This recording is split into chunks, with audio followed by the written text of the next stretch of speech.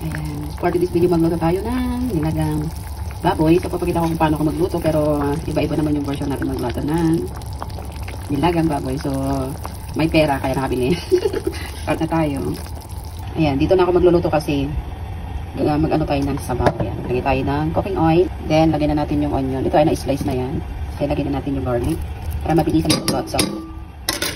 So, mikos-mikos, halo-halo. So, depende kung anong gusto niyo gawin na pagluto ng nilaga. So, gusto ko ipapry muna para alam niyo na yung lasa ng karne. Halo lang natin. Halo-halo lang natin. Lagyan na natin yung karne. Gusto ko kasi gisa ko muna siya para alam niyo na. Mas mabilis kasi naluto pa ibaganito natin. Halo-halo lang. Iba na yung color. Ayan, medyo na iba na yung color niya. Pero ano pa natin para masarap yung sabaw. Ito gusto ko may pagkakaba, kaya bumili ako. Ang isa ng sale is $6. Pero ngayon, nag-isip tayo ito. Ano na siya, discount na siya, kaya hindi ko siya ng $6. Ayan, nakakasabaw na ako. Ayan, sige na natin lagyan ng water. Tigan pa natin. Ayan, para maluto siya ng maigi. Okay na yan, tama na yan, dahil ayan, may pagkain ako dito sa bahay. May iba din yung pagkain ko. Ayan, takpan na natin. Ayan, kumulo na siya. So, i-check na natin. Uy, hindi pa kung nilaga na. Ayan. So, gusto ko kasi yung may taba-taba. So, konti lang yung karne, pero at least masarap naman yung sabaw. Ayan, yan. Ayan, bigyan natin siya ng paminta. Ayan, naging masarap-sarap. Paminta. Bigyan natin ng marami. Ayan. Para, ano, naimas.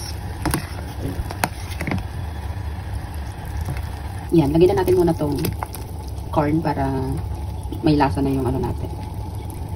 Sana, may kasya. So, ayan, wala tayong patis. So, maglagay na lang tayo ng salt. Tansyahin na lang. Kasi, yun naman, pag dito tayo sa ibang bansa. So, maglagay na tayo ng seasoning. So, wala tayong nor cubes na pork.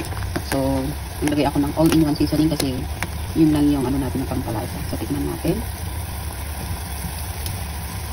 Masarap na siya, guys.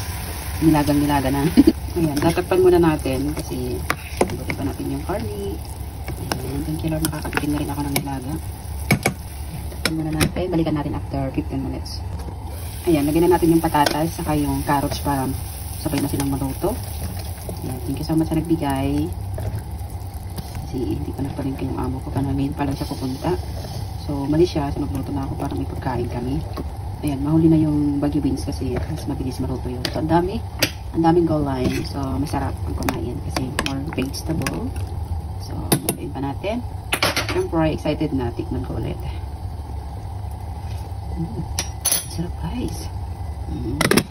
Check natin. So, kompleto ricado. Ayan. So, wala lang tayo ng pechay. So, okay na yan. Matamis-tamis yung sabaw natin. Ayan, lagyan na natin yung Baguio beans para kompleto ricado. So, para sabay-sabay lumang. Ayan, masarap. Ayan yung nakikita ko. Isa sarap.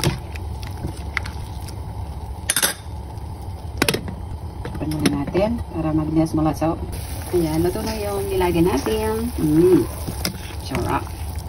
Kompleto ricado. So, meron tayong patatas, carrots, corn. And then, meron tayong Baguio beans. Ayan. Ayan guys, hanggang dito na lang ang video dahil gutom na ako. And, huwag kalimutan mag-follow, comment, share, and subscribe na rin. Bye guys! Kain tayo!